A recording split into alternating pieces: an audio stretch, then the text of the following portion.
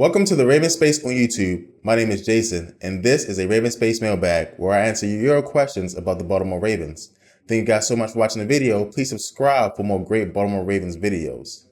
We'll hop right into the first question, which comes from Cedric. And Cedric asks, do you think the Ravens will be running a lot of sub-package 5-2-4 style with the amount of DBs picked up this offseason and outside rushers available?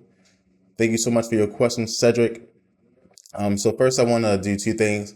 I think the question, the 5-2-4 style, and from my head, that's not a package that utilizes DBs. I was taught to flip them, right? So what happened is you meant 4 linemen, 2 linebackers, and 5 DBs. But where I come from, where I learned football, we started from the inside and then went out. So, for example, a 4-3, right? It's 4 linemen, 3 linebackers. So what Cedric is trying to say is, do you think the Ravens will be playing a 4-2-5, 4 linemen, 2 linebackers, and 5 DBs? So that's what I think. Maybe I'm wrong. Maybe he does mean 5 linemen and 2 linebackers, but I'm going to go with that. What I think. And 2, if you guys don't know what a sub package is, it's just not the base package, right? So most teams have a package 3-4, 4-3, and then your sub package is anything that's not that. So let's go into this question. The answer is yes, Cedric. We will be running a whole bunch of sub packages, and the NFL more and more is a sub package league. You have to have 3 good DBs in order to play at this level, and by DBs I mean corners. You have to have 3 good cornerbacks to be successful in the NFL now. And with the bevy of players that we have, I really do think we'll be running a sub package most of the time. Maybe not on first down, but definitely second and third down, because these are passing downs now, right? Back in the day, second down, you could run it again and hopefully get the yards. But now it's becoming a passing down, and even first downs are more of a passing down than they used to be. But I do think that the Ravens will be using more sub packages than they have in the past.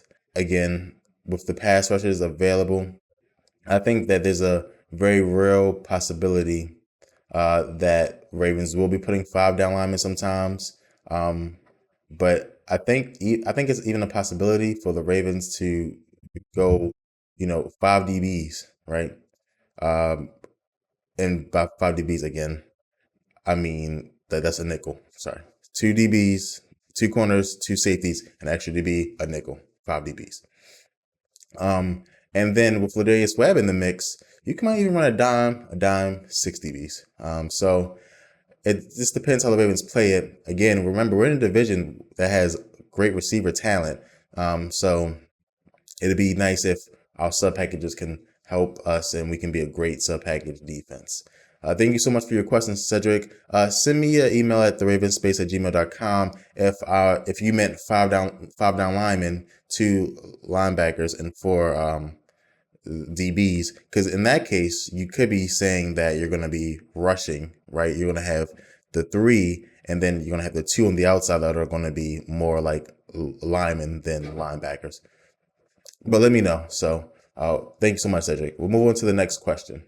The next question comes from Jack, and Jack asks, out of Smith, Carr, Young, Humphrey, and anyone else, who do you think will be our starting cornerbacks by the end of the upcoming season? Thanks so much, Jack.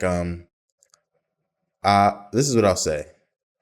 Take Smith, and if Smith does not get injured, which I'm not predicting an injury, that's not what I do, but Smith is going to be a starter, right? So just take Smith and move him. So basically what you're asking me is, who's going to be fighting for the last 2 spots? And I say take Young and put Young in the nickel. Carr I don't think he can play the nickel effectively, and there was retirement talks from Carr a couple years ago. So I think you don't want to put Carr in the nickel, because the nickel is, in my opinion, it's not the hardest position to play, because I do think being alone on the island as a corner, but you have to be good at so many different things in the nickel, because a receiver can run any route in the route tree. And what I say about that is that, for example, if you are a corner lined up on the left side, the receiver that you're sticking can't run, routes out to the left, because there's no space, right? So, but if you're in the nickel, it's nothing but space and opportunity. So I think you have to have someone young and dynamic, which I think Young is. So you have Smith and Young. Now, by the end of the season, I've come around with this. I really do think they're going to give Humphrey a shot. Everything I'm hearing about Humphrey, he has a great chance to be a starter by the end of the season, especially if Carr goes through one of his lows, which Carr does sometimes have lows in his coverage ability. So if I had to pick at the end of the season, I would go Smith, Young in the slot, and Humphrey on the opposite of Smith on the corners. Thank you so much for your question, Jack. We're going to move on to the next question. And the next question comes from Grant. And he says, who do you think will be Terrell Suggs' eventual replacement? Tim Williams, Matt Judon, or someone else? So if there's three, right? This is three. Bowser, Williams, Judon, right? Za'Darius is okay. Za'Darius isn't going to be on the team in 3 years. So these are between Williams, Judon, and Bowser. And I would say Bowser. And by replacement, I'm going for production, right? Because, I mean, replacement, it's not like a quarterback where there's one quarterback, right? Linebackers line up everywhere on each end. So I'm not going to go position replacement. But impact and who has a chance to be great. Because Tim Williams is a great pass rusher, but Bowser is great at everything. When he was in school, he was good at rushing the passer, dropping back in coverage. And I think that Terrell Suggs is good at that stuff as well. In his older age, he slowed down in pass coverage, I believe, a little bit. But you guys have to remember when he was in the MVP season, he had several interceptions, several tip balls. He did a lot of things well. And so I think it would be, if I had to choose, it would be Bowser. Again, Tim Williams has a lot of potential. I know you guys love Tim Williams. We got to see what Williams can do, because I really do think that he has to string it together consistently, and hopefully he can be great. I know you guys love Alabama players, man, but especially on defense, a lot of them don't hit, right? The only one I can even think of in recent memory is C.J. Mosley. So we have to see what he has. I think Matt Judon will be great. He'll be a starter, but I don't know if he'll be a dominant pass rusher like Terrell Suggs was, or if he'll be, just an average, good Jared Johnson type player who's good against the run, can also rush the passer, something like that. Shout out to Jared Johnson. He was a great player. Thank you so much for your question, Grant, and we'll move right on to the next one. And this question comes from Omar, and he asks, how do you think Flacco will play this upcoming season? Given his limited help, do you think he'll be adjusted to the lack of targets by now? So thank you, Omar. And so this is one thing I will say about Flacco. Flacco's at his worst when he does not trust his team. And what I say about that is that you'll see a player like Aaron Rodgers. And in my opinion, Aaron Rodgers may be the best when he doesn't trust his team, right? When plays break down, Aaron Rodgers makes plays. Joe Flacco, you see when he doesn't have confidence in his receivers.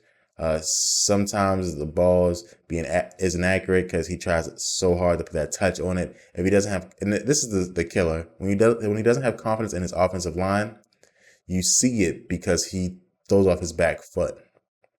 And so last year, when our offensive line was not performing well, they performed better toward the end of the season. But last year, you saw Flacco throw off his back foot a lot. And it's not that Flacco doesn't know how to do mechanics, right? We know that if he steps in the pocket, he's one of the best, deep ball throwers in the game. But coming off that injury, it was my opinion that he did not trust his offensive line, and also they weren't as good in the beginning of the season. So he started, stepping back on the throw, throwing off the back foot. I think that Perriman and him will have a good connection. Wallace and him will have a good connection. Because you have to remember that this season, Joe Flacco was throwing to two new receivers, right? He was throwing to a Pitta who was older and not as effective, and he was throwing to a Steve Smith that was good, but he was old, right?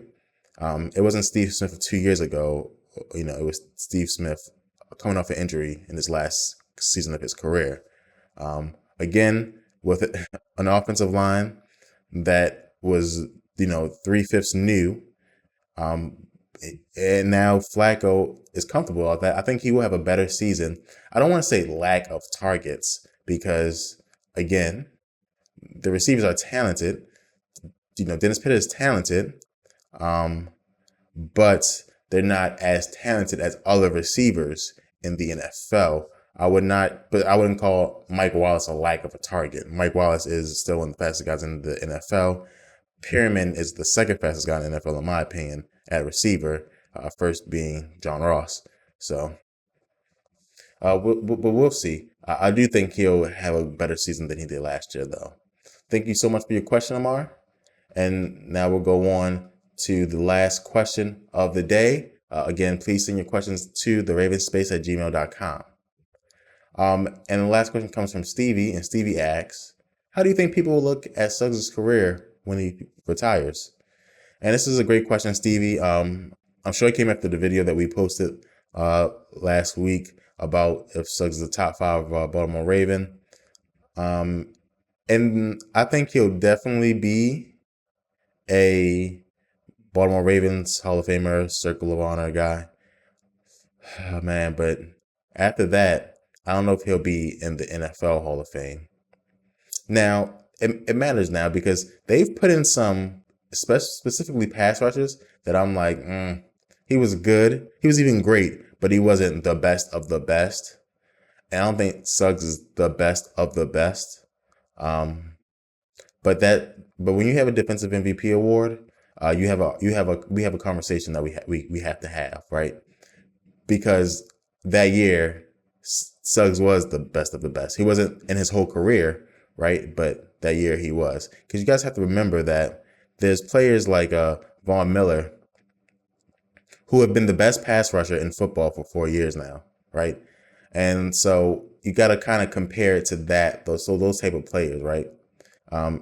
For example, Terrell Owens isn't in the Hall of Fame. Terrell Owens was the best wide receiver in football for like 4 or 5 years, right? So, it's funny, but I think he'll be looked at as a superstar. Ravens great. He'll never, have to convince anyone how great he was, but to make it to the Hall of Fame, I don't know. I'm on the fence. I would say 60-40 he does because of that Defensive Player of the Year award. So we'll see. Thank you guys so much for your questions. I hope you appreciate it. Please send questions to TheRavensSpace@gmail.com. I'll put it in the description below. I love doing this. Let me know the questions you have. I'll answer them for you guys. And please keep watching The Ravens Space on YouTube.